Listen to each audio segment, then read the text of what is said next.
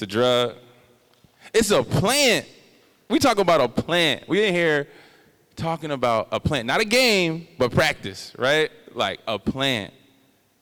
Not alcohol, not synthetic products that a lot of people have been harmed and traumatized by, and also have been healed. So today we're going to talk a little bit about that cannabis industry. So I have a few questions. I want to kind of give you an opportunity to talk about yourselves, your background, and what you've done, and then we'll go into the conversation more. So first, hello everybody. Thank you all for coming out. My name is Hope Wiseman. I'm the founder and CEO of WiseCo. WiseCo owns and operates Marion, Maine, which is what you probably all know me for. Marion, Maine is a medical and adult use dispensary in Capitol Heights, Maryland, not too far from here. I'm born and raised in Prince George's County, Maryland. I did go away to school. I'm a graduate of Spelman College with a degree in economics. I began my career and my life in investment banking, and that's what I thought I was going to do for the rest of my life. But this is in 2014. I remember being at work on the trading floor and looking up at the TVs, and they were talking about cannabis. And how legal cannabis was coming to the East Coast. So the West Coast had already had a pretty robust program. Everyone knew you could go to California and, be walking around down Venice Beach and somebody, do you want a medical card? And you could just get one because your back hurt real quick. And you could go buy whatever you wanted. Maryland was at the time, in 2014, they had just passed their medical cannabis bill. And I looked to my mother, who was at the time the greatest entrepreneur that I had close proximity to. And I said, Mom, this is the opportunity that you raised me to look for, something to build wealth for our family and a way for us to really make impact on the world. And she believed me, a woman who had never used cannabis in her life and who genuinely still believed in the negative stigmas that we'll probably talk a little bit about today. But she saw the economic opportunity and the opportunity for our family to build or begin our journey to build generational wealth. And I quit my job, moved back to Maryland, and we applied for our license and we won. That was 2015, and that's how I started my journey. Didn't know I was the youngest black woman in the space, and I had no idea until the articles started coming out, and I remember being like, has anyone fact-checked this? Like, is that true? And the funny thing is it still stands true today. So we have a lot more work to do, and policy is the way. This industry right now is still, we're still developing it. It's still new, and there's still a lot of opportunity to shape it the way we want to see it. So I'm really excited for this conversation so we can talk about how everyone can be involved. Because yes, we're on the front lines as people actually in the industry, but it takes everyone really to create laws that are best for not only the legislators and not only the people participating on the business side, but for the community at large. So we need everyone's participation. Absolutely. Marty McFly. Yeah. That's a hard one to follow. It's a hard one to follow. But of course, I've worked with Hope many times and Marion, Maine, and I would say for myself, they call me the Cannabis Councilman. And, I was coined that by Donnie Glover of Baltimore News because, a lot of times I just bought up cannabis. We talked about cannabis recreational use. We talked about cannabis medical use. We talked about other states. And so he really said that, like, man, you really be pushing that weed stuff, right? That's what he said to me. And then I said, no, it's called, or we should be politically correct and call it cannabis. Or flower because, weed, marijuana has that negative connotation, right? And so he was like, okay, well, I'm going to call you the Cannabis Councilman. And so we just passed legalization for adult use in Maryland, and a lot of time I spent on the ground talking to the community, like here's the bill that's coming forth, here's what we should be asking for, and yes, you should vote yes. But a lot of my message in that was, no legalization without full decarceration of nonviolent cannabis prisoners. So that's something that, in an imperfect market, in an imperfect world in Maryland, we still have to work on. We still have to strive for. For me, I do appreciate the legal cannabis business and the industry. But the reason I became involved was because, I was just criminalized, as a teenager for, smelling like cannabis or, consuming cannabis, right? And so, I think one of the things that she had mentioned was we want to make sure that, the market is good for the business owners, but I will also want to make sure that the market is good for, people who we consider that legacy market. The Ray Rays and JoJos that were, charged 20 years ago for selling the brick, right? Like, I want them to be actually able to enter the market. That's when we start talking about what real equity actually looks like. With that being said, as they said, I'm running for mayor to become the first black mayor in 153 years in my hometown. I've lived there 30 years, and I've seen it go from a majority Caucasian city to a majority black and brown city, and the leadership not reflect that. And so, we'll change that in November. And we're definitely going to continue to be a cannabis-friendly city. We have 2 dispensaries right in city limits, 2 dispensaries right outside of city limits. And, one of the biggest things I talked about when we were pushing question 4 was, what does cannabis tourism look like? Because, we can decide what that actually looks like, because if we had cannabis tourism, it would spur, tourism to other businesses, right? So other businesses would blossom if we had those type of, cannabis tourism. I would love to go to a nice consumption spot, right? I'm one of the people who actually did research. I went outside of the state. I went to several states that have recreational cannabis and was like, let me see how their market is operating. And, I tried organic growers. I went to, some of the consumption lounges. And, I can say that it was a thriving market. I can say that one of the things that Maryland now knows, you can make a lot of money off of a plant. And I said this probably a decade ago, that I believe that cannabis is the biggest cash crop, legal or illegal, and it's proven that, right? So, with that being said, let the weed be free. Let the weed be free. Absolutely. So this is a university, so we got to talk about education a little bit. And when you talk about education, you got to go back in history a little bit, right? And so in 1937, the Marijuana Tax Act was formed and passed, right? It made cannabis illegal in the United States. Before that, cannabis was used for medical purposes, for textiles, clothing, paper, rope, whatever. All the wars that were fought in the beginning were used, hemp and cannabis were used. The difference between hemp and cannabis are the 2 components, CBD and THC. There's more CBD in hemp and more THC in cannabis, okay? So how many people were locked up over the last 100 years for cannabis, right? They passed that Marijuana Tax Act, and then in 1977, right, they then began to create a new policy called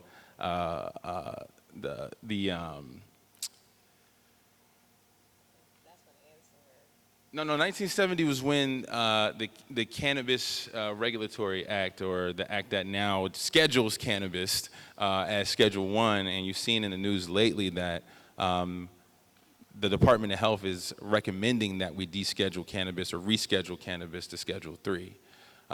So there were some harsh injustices that have been done to people over the years because cannabis was Schedule 1. Do you know what else is Schedule 1 right now? In the Controlled Substances Act? No. It's like Schedule 2.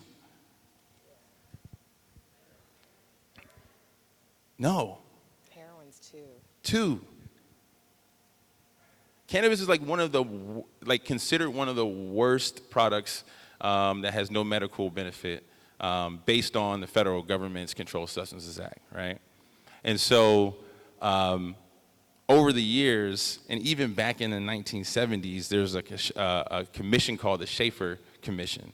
It was chartered to evaluate the medical properties of cannabis and understand if it is addictive or not, right?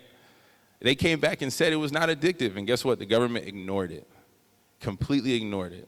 and criminalize minorities and folks that were hippies and folks that were against wars and such, against freedom for years, right? And so that takes me to the conversation that I want to have with Councilman Mitchell about the challenges you face as a policymaker when it comes to trying to make change in cannabis,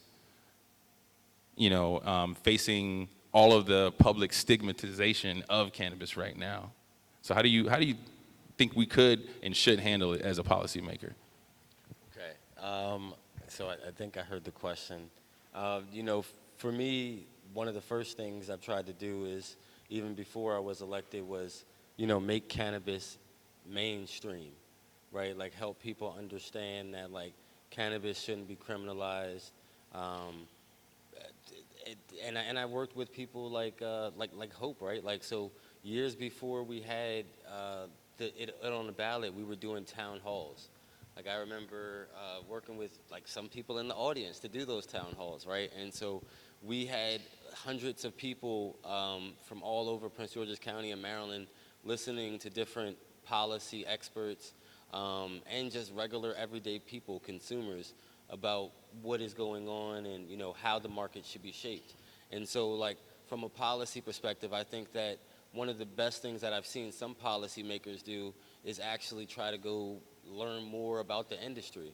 I believe his name is Guy Gazzone.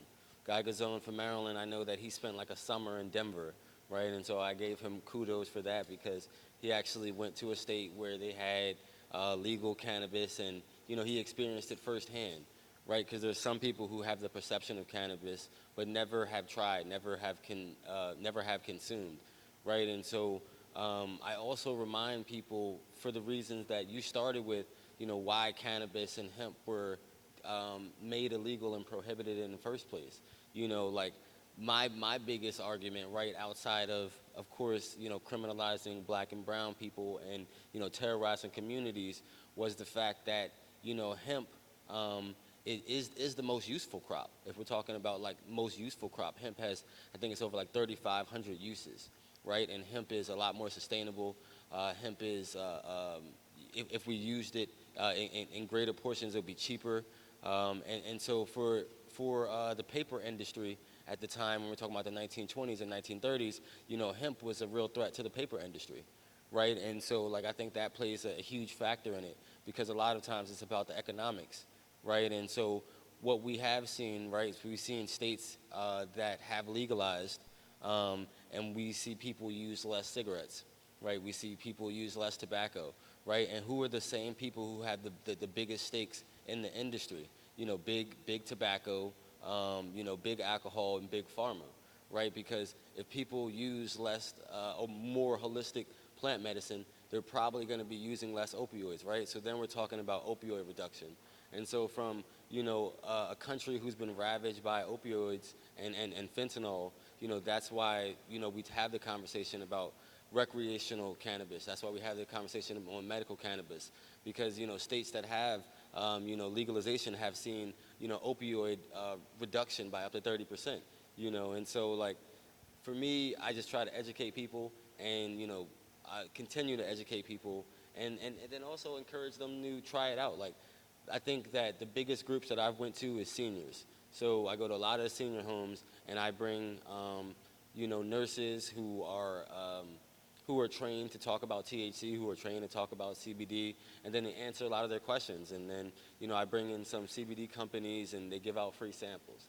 And so, like, to be honest with you, I've been in some of the old, I'm not gonna call old homes, some of the senior facilities, and they've said, oh man, I want that hard-hitting stuff. You bought that CBD again? Right? Like, but, for the most part, it's just about educating them. And, sometimes for them, it's like a starting point.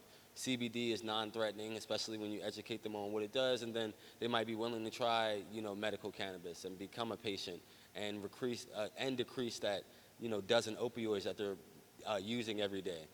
Because one of the first patients I met in D.C., well before Maryland was legalized, was a veteran. And she talked about how she had now use of her kidney and liver, which was failing at one point because of the 10 opioids that she was on. And so, like, and then she was telling me now she's only down to one pill. And so, yes, she still had to use a pill, but it was synergistically. It was, simpatico with, the cannabis she was using and what she was prescribed by her doctor. All of us are seeing painkillers, so we know that, doctors, will do what is best for their bottom line. And at the end of the day, when we talk about what happens at the federal level, I try to remind people that, descheduling is more important, because when I hear rescheduling, I think of more of the federal government controlling what happens in cannabis and big pharma actually having a voice in what happens in cannabis. And I want to make sure that, the states maintain control, but, that's a whole other conversation. Absolutely, absolutely. Thank you for that. So when it comes down to business, the business side, entrepreneurial side of cannabis, Hope has a lot of experience in that for the last 5 years, for sure. If there was a aspiring entrepreneur looking to get into the cannabis space, one, can you give us an understanding of what are all the opportunities in cannabis, not just retail? There's a whole slew of things that people are not familiar or aware of.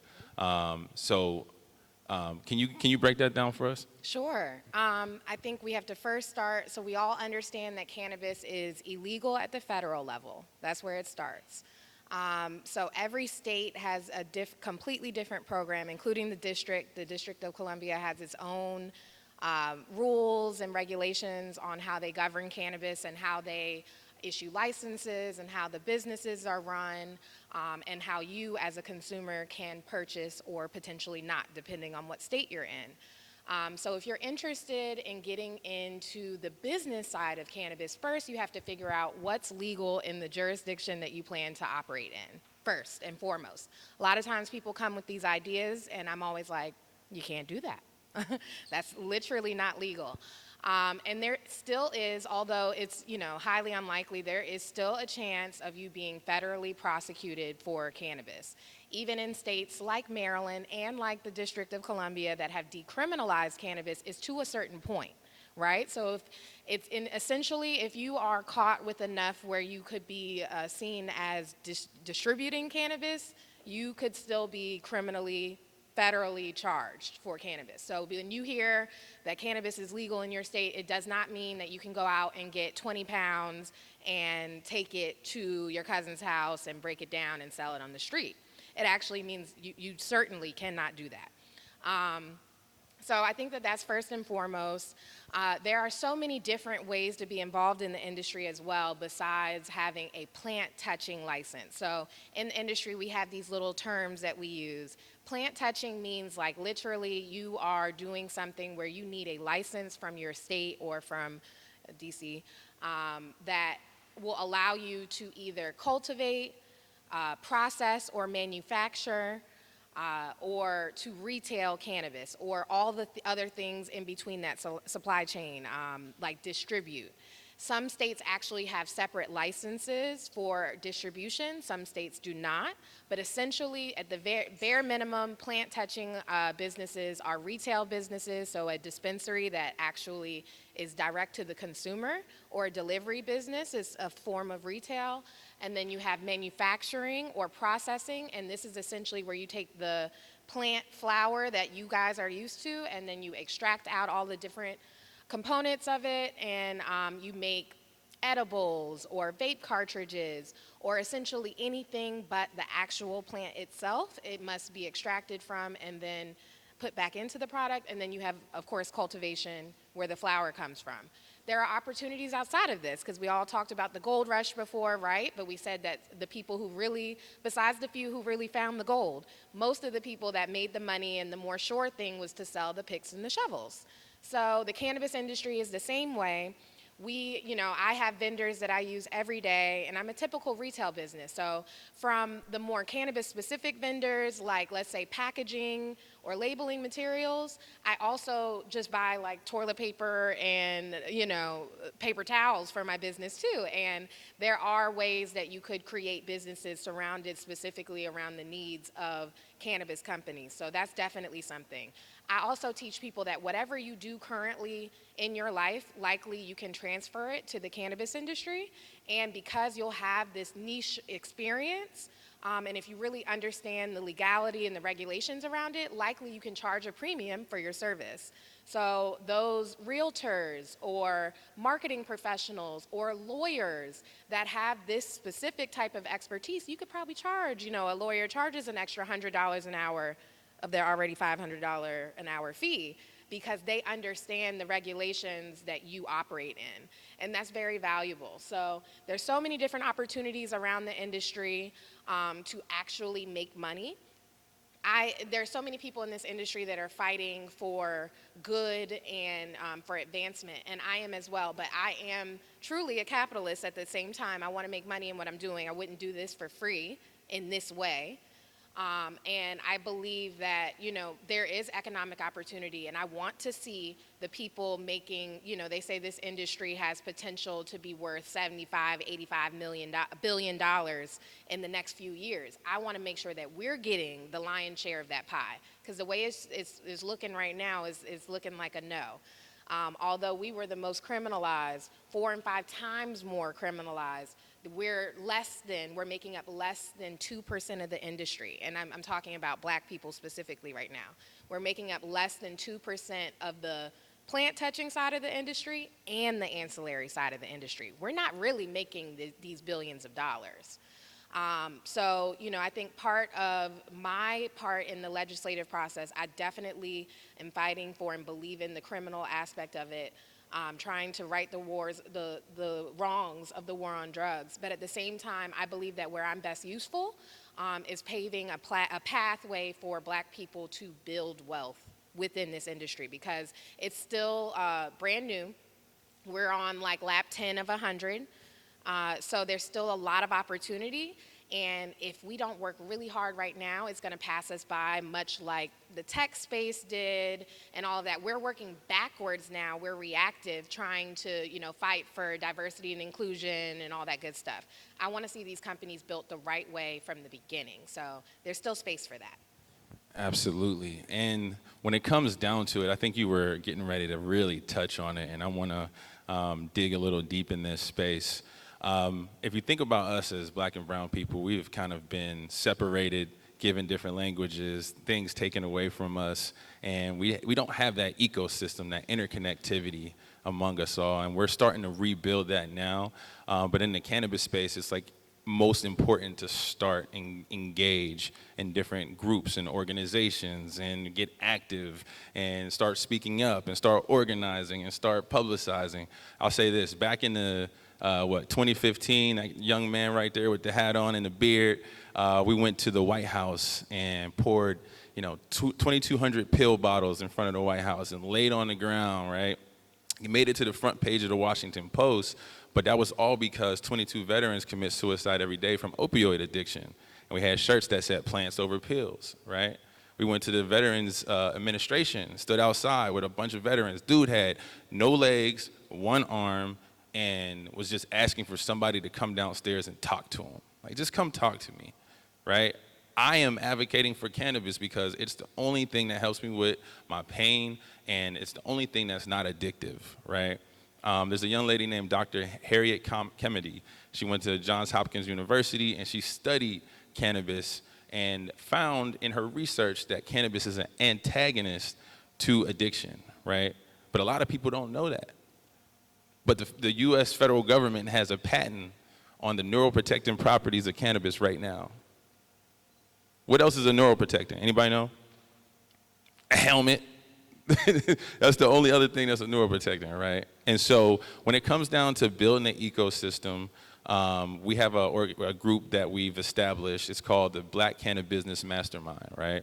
And so we have attorneys, we have retail licensees, we have accountants, we have all of the ancillary business owners that are seeking to enter the space, and they're all black and brown, and they're all fighting for opportunities in the space. So there's groups like that, and I want to know what groups and organizations that you would recommend to the audience that they could start to become a part of, to influence, impact, make change, and really push the ball forward when it comes to cannabis. And I can start with you. So I think several good groups, and I think it also depends on what you're looking for, right? When you talk about cannabis policy, so I think that one of the groups that I've seen put together the most meaningful suggestions around equity and people centered was one, Leaders of a Beautiful Struggle. So they put together a package, and I followed them on Facebook and Instagram. But when you're working with legislators, you got to have these groups that bring recommendations to them because, a lot of times the legislators, they're busy. So you have to tell them, this is exactly what we want in the bill. This is the law we want. And so I think that they did a very good job. I think that Progressive Maryland, they have a drug policy a task force, like committee, and so they do pretty good on drug policy. My first bit of drug policy was interning for Marijuana Policy Project. So that's right here in D.C. Let me think of other orgs. Oh, Maryland Normal. Can't forget Maryland Normal. Um, Marijuana Matters. Marijuana Matters. Yes, marijuana. That's right here in D.C. as well, and Black Woman Led. I see Canna Woman Hill.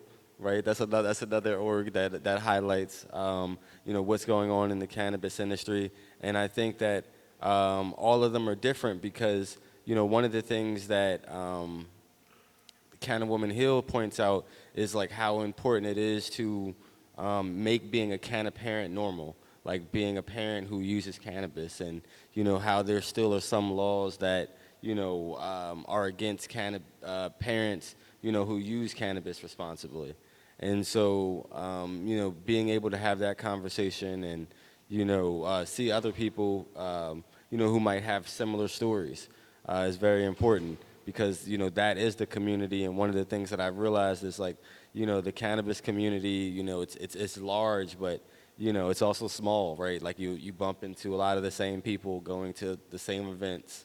So yeah, tap in, tap in. Something else I'd say too is, and I'd say Todd and I realized this during the last legislative session in Maryland. Sometimes you have to go out, if you have a specific issue that you want to talk about, sometimes these larger organizations might not be your best bet because they have to, consider the wants and needs of all of their members. So sometimes you have to go out and find form your own group. Definitely there are strengths in numbers, and like Martin said, these legislators are pretty busy, especially during a session. They have like 1 billion people coming to them from every angle, so your best bet is to, go with some numbers. And sometimes you have to go out and find those people that have the same issue as you, that care about the same things. You kind of form your own group, whether that be officially or unofficially. But like Martin said as well, you go to these people with exactly what you want to see.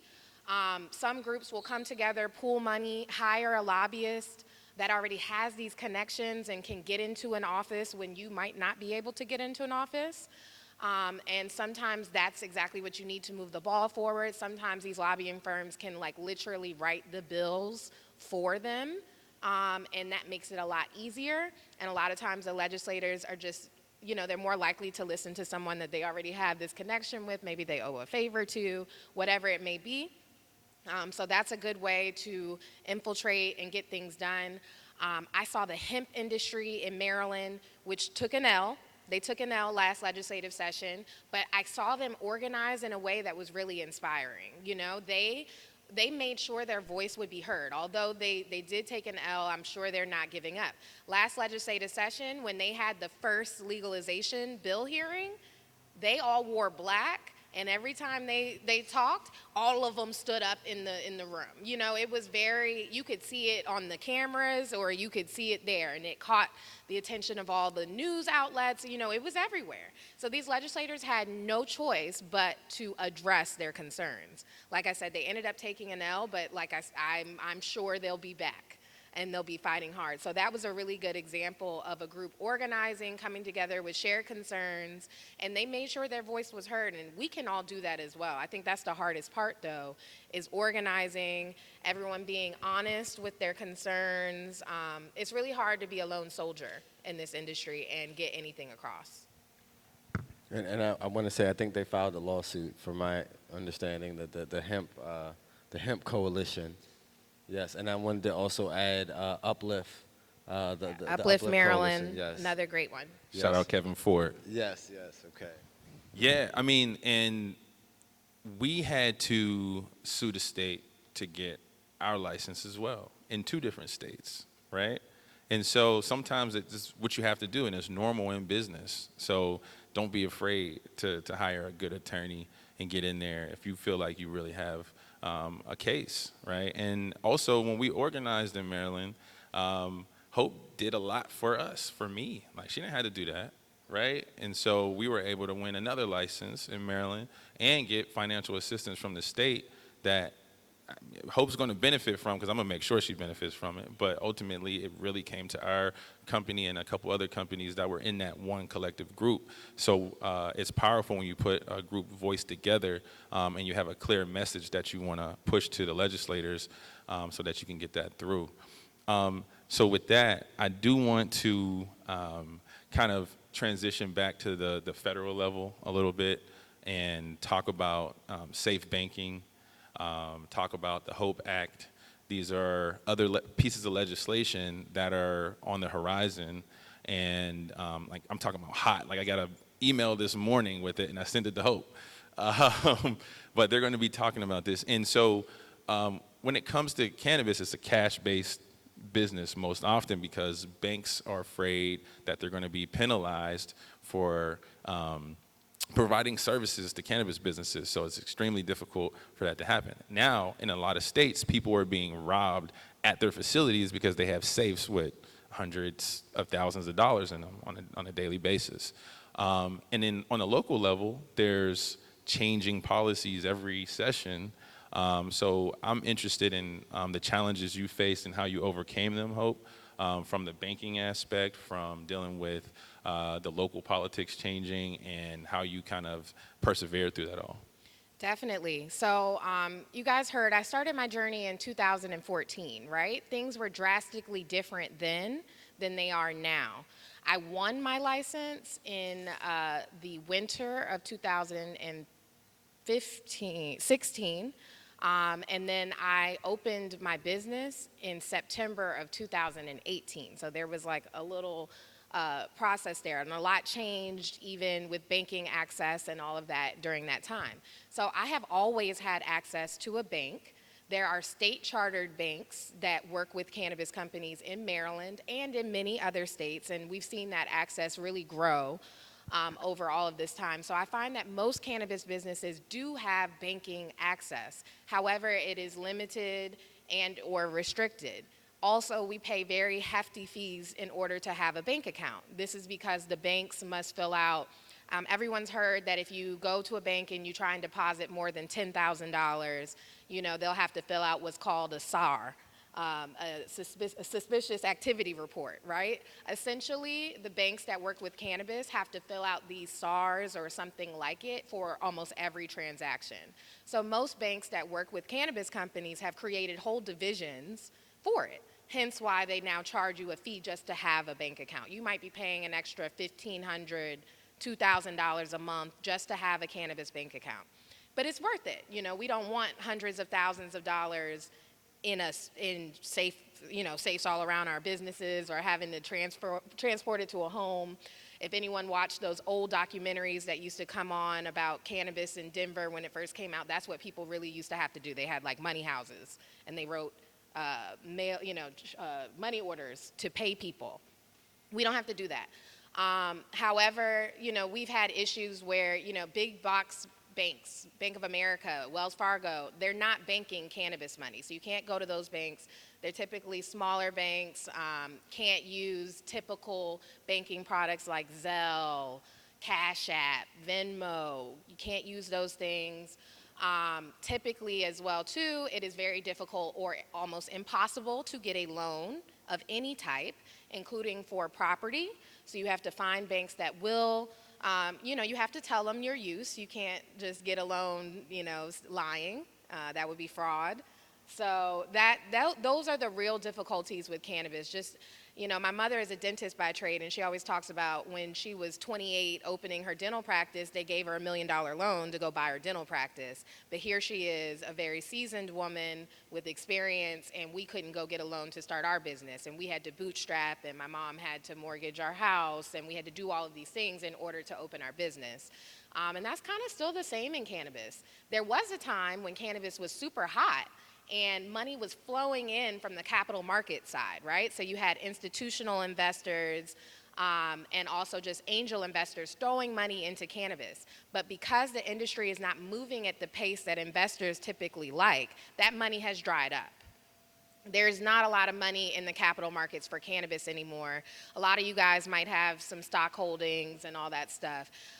They're not really doing anything yet. The next catalyst in cannabis is going to come likely like with federal legalization. And that brings me to what I believe is happening right now with all the talk around safe banking, around rescheduling. We're not talking about descheduling, which would actually do something for the criminal aspect of the industry, and for that would actually take away a lot of the issues that we have. Rescheduling to Schedule 3 is interesting. But anyways, I believe, honestly, a lot of the talk about Safe Banking Act and all of that is just to move stocks. I don't believe that there's really any real impact that's coming. At the end of the day, I have bank accounts. My personal bank accounts are not being shut down, or all these things that they say safe banking is going to do, right? We can go out and buy a house. It's a little difficult, but I'm an entrepreneur and I own my own business. It was going to be hard for me anyway to go out and buy a house. So safe banking, in my opinion, doesn't really do much for the industry as is. All those issues are already handled. What it does is it makes the typical consumer that doesn't really understand the industry feel like, wow, there's some movement at the federal level. Let me go buy some more cannabis stocks, and now, we're moving the stock market. That's what I genuinely believe is going on, and I believe that's why for the past 5 years we've heard that safe banking was about to pass every single year. So I don't know if I'm not even looking at it anymore, because I'm like, it's not going to do too much for me. Now, rescheduling cannabis does a lot for me because it will take away 280E. 280E is a tax code right now that is attached to any Scheduled 1 controlled substance. It's not a cannabis tax code. It essentially says that if it's a Scheduled 1 controlled substance and that business retails it, that you cannot deduct typical and normal business expenses. So I can't deduct my rent, can't deduct marketing expenses, payroll, all of these things that, typically most people, this is how they are profitable, right? You can deduct these expenses and then you're not paying that. So I'm paying sometimes, especially previously, my tax bill might be more than I profit. So there are many cannabis businesses that literally don't profit anything because of 280E. Rescheduling to Schedule 3 will take away that burden. That's huge, that's huge. But what it also does is it opens up cannabis to big pharma, because Schedule 3 controlled substances essentially can be manufactured by pharmaceutical companies. So this could, there's a lot to be figured out. Likely what's going to happen, these states have invested a lot of money, time, and effort into creating these state-run programs, and these state-run programs are creating a lot of tax revenue for the state. Some states are literally, like Colorado, are in a surplus because of the cannabis tax revenue. They're not going to let that go very easy. So I genuinely believe that even if we reschedule, which is likely to happen, it's something that I believe Biden believes will revitalize his campaign. That will not, it will just create an opportunity for pharmaceutical companies to figure out how they can be involved, but it's not going to dissipate the state-run programs. They will still stay in place. So a lot of this, I believe, is propaganda, just to kind of move people's political agendas and financial agendas. I don't think it's actually in any way meant to actually benefit us. Absolutely. And so with that, I got the hook. So I appreciate everyone for Not the, oh, Q&A. Oh, okay, okay. We about to do Q&A then. I did want to give Brother Mitchell one more time to just give one last word of advice on if there's someone aspiring to become a politician, a legislator, a regulator, what word of advice would you leave for that type of person? Um, I would probably say the first thing, find what you care about, find what you love, and start there. For me, that was cannabis, and a lot of times I talked about in the city that I now represent. Um, you know, I was criminalized for the smell, and I was criminalized for the use of cannabis. And that's part of my story. And so, like a lot of you, like Hope said, find that passion, and like Todd said, find that purpose. And I think that my purpose is serving the community, but I think also my purpose is like, making politics digestible. A lot of times before I even got involved, it was like the downfall of politics is that like generally politics is unrelatable to the common person, and like you don't even understand because it's confusing. There's a lot of jargon, and so like my biggest thing was like how do I make like my friend who's never going to come down to Annapolis understand this bill, right? And so that was kind of my thought process is like if I can break down this critical bill about funding to a neighborhood to somebody who doesn't care, obviously I'm doing the right thing. And so I would say don't get involved in politics for the money because, uh, that's completely the wrong reasons. And, you know, just remember that there's more people than there are politicians. And so, like, keep that in mind when you're making the decisions because a lot of times you will be convinced to just go along.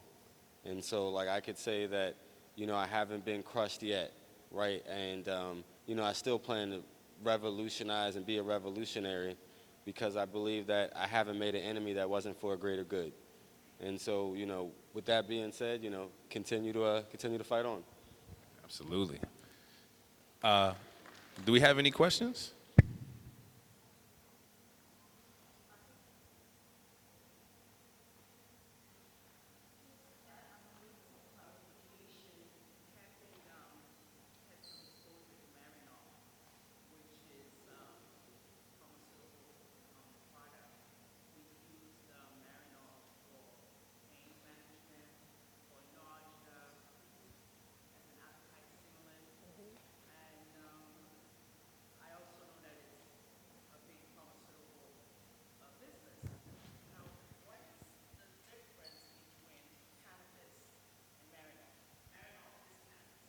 It has cannabis in it. So remember when I was talking about the processing license and manufacturing and how you can extract out the different chemical compounds out of the plant?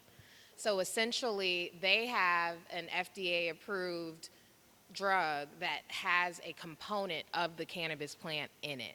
They extract out the cannabinoids that they use and they reintroduce them in conjunction with the other, I'm not sure what else is in that medicine, but it's a component in it. And this was passed before cannabis was descheduled, right? So it caused a big commotion like, oh, so y'all are going to let the pharmaceutical companies do it, right? And now, if they actually reschedule cannabis, we're going to see 50 more of those types of drugs on the market. And they will be produced. Likely, what I believe is going to happen is pharmaceutical companies are going to contract with state licensed companies to provide them the materials to make this. Right now, there are like 2 or 3 companies that have federal contracts that can provide cannabis to the feds, and I'm guessing probably to, I forget which company has that patent, but that's where it's coming from, and it's just a component of it. But the fact is, it's funny, she just said they use it for an appetite suppressant, for nausea, all these things. These are the same things that we use cannabis for, that my bud tenders are telling people that they can use cannabis for. So it's interesting how they're trying to lock it up and only allow the access to certain people, when in reality, we're using the actual full plant medicine to do the same thing. Costs way cheap. It's much cheaper to use the full plant than to extract it and do all this stuff and put it, to put it in a lab and create this chemical product now. Less costly, more healthier, all of the things.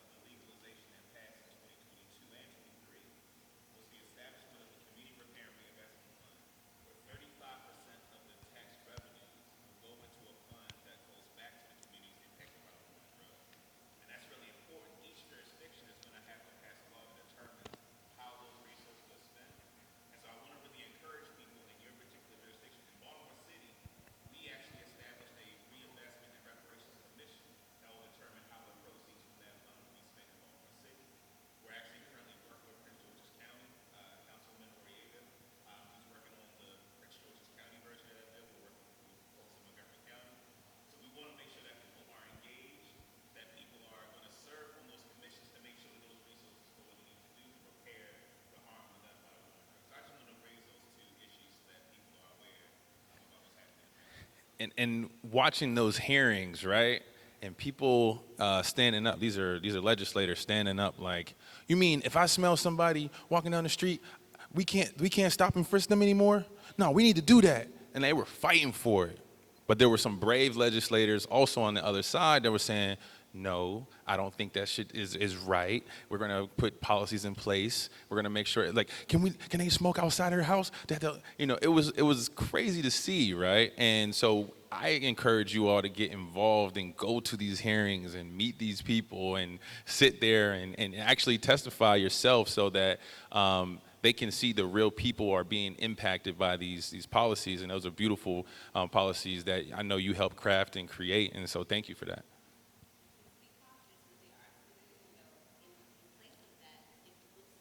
Because you have to train the police officers to know that what they're allowed and not allowed to do, right? So that's another piece where we need to fund and give some more training out there.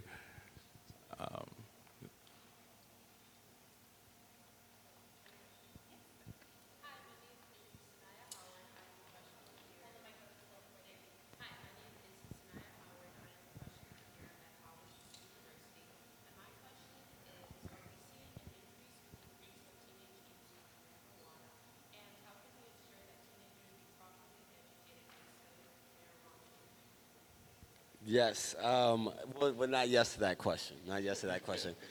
Yes, as I start my statement. So I would say that, for one, a lot of times when you see cannabis legalization happen, you'll hear the misnomer that teenage use is going to increase. In actual data, because I like to follow data. In actual states where we've seen legalization, there hasn't been an increase in teenage uses.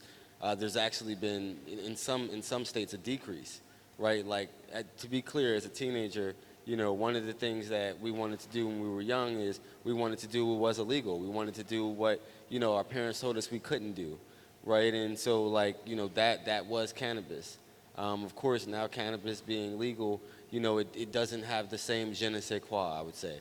But one of the things that we have focused on in Maryland is making sure that there's not going to be marketing towards kids and the labeling on the packaging, right? Because when you see the cannabis packaging, sometimes it looks like a Starburst, or sometimes it looks like Skittles, and so that could be very confusing and very deceiving. And so we've been very intentional in Maryland to make sure that, labeling like that doesn't happen, and, there's very strict and very careful labeling.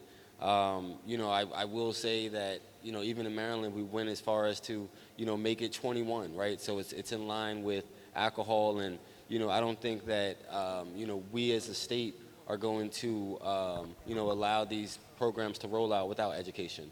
And that's one of the biggest things we push is, the education, and we talk about safe spaces as well, because that's one of the things that, we will see is, where are the people actually going to consume if I don't have a house that I own, right? So I would say, to your point, no, there hasn't been an increase, but we have to make sure that there's education. We have to make sure that there's not marketing towards it, right? And, one of the biggest things is like the vapes, right? Like the vapes are always a problem, even before they were putting cannabis in them, right? Like I think someone told me a joke and it made sense, because they said, if you want everybody to take the vaccine, just give them a vape. They're not going to ask what's in it.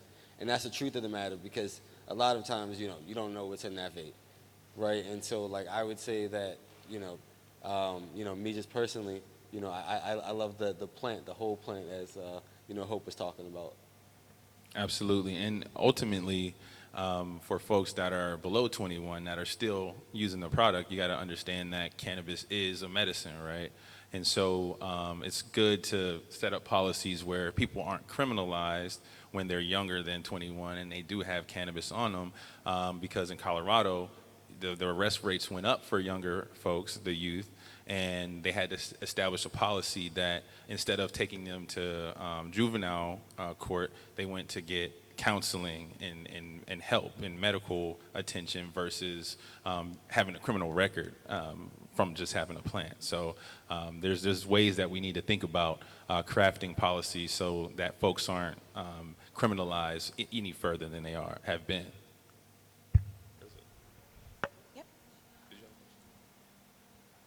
Who has a question? You? Okay. Okay.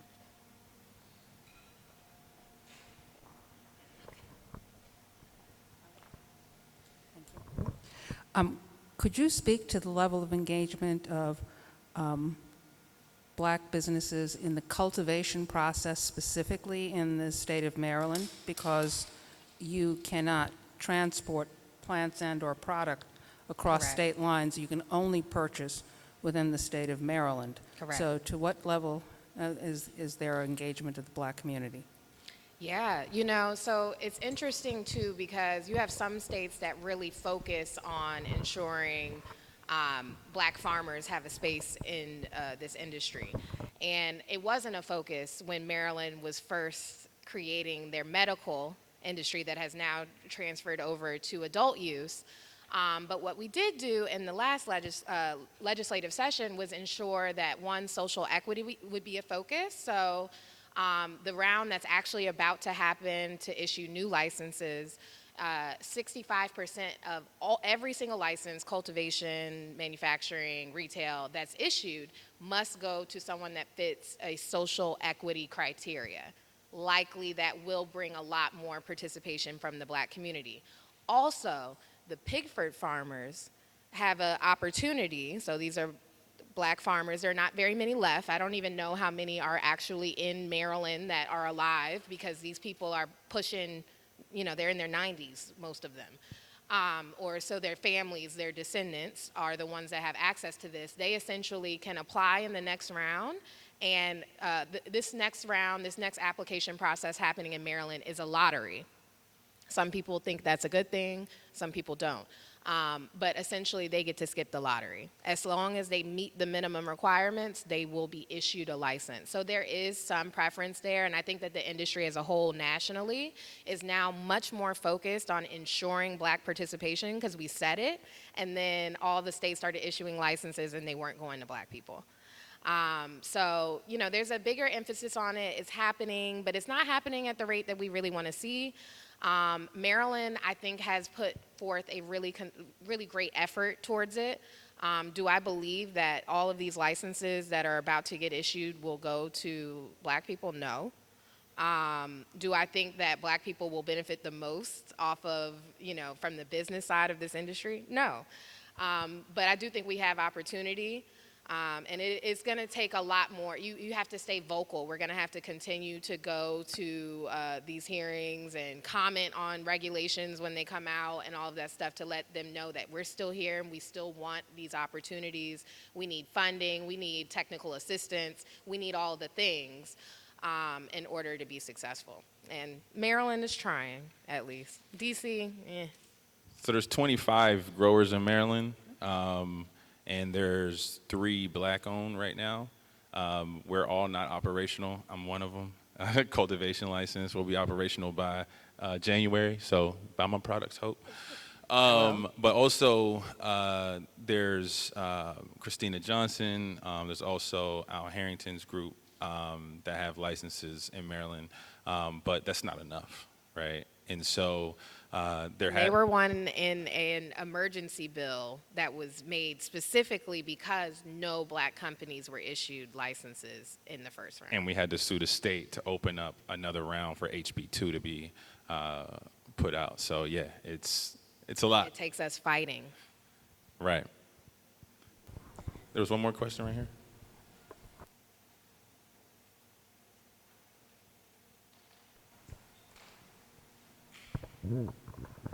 Hi, my name is Kayla Hunter. I'm a second-year junior here at Howard.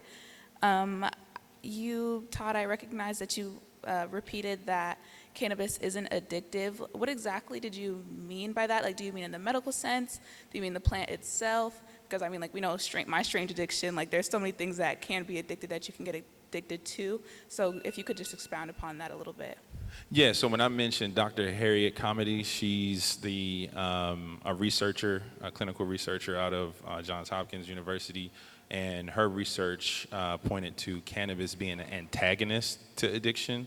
So if you're struggling with opioid addiction, if you're struggling with addiction in any other way, microdosing with cannabis has been shown to improve in that it reduces the propensity and the need for the other products like the opioids and such. So that was her research, and I would love to share it with you. Martin, did you have a comment? No, I think my only response I was going to say was, I wouldn't say, of course, not addictive at all. I would say less addictive than, what we consider other drugs. And that's why I always say responsible adult use, because, of course, we can, abuse anything. If I take 1,000 milligram edible, I might have a bad night. I'm probably going to have a bad night. But you won't die. Yes, I won't die. No one is But you overdosed won't from die. cannabis. Won't die. That's the one thing I can say about cannabis. Nobody's ever overdosed. They said the amount that you'd have to consume to overdose is like literally impossible. You'd have to sit and smoke and eat cannabis for like 24 hours straight. Something crazy. But anyway, so we getting ready to wrap up. On that note, I'll give one last question and then Okay. we'll close up. Hi, my name is Joy. I'm also a Howard University grad, as well as I'm a graduate from the University of Maryland, where I've obtained a master's in cannabis science and therapeutics.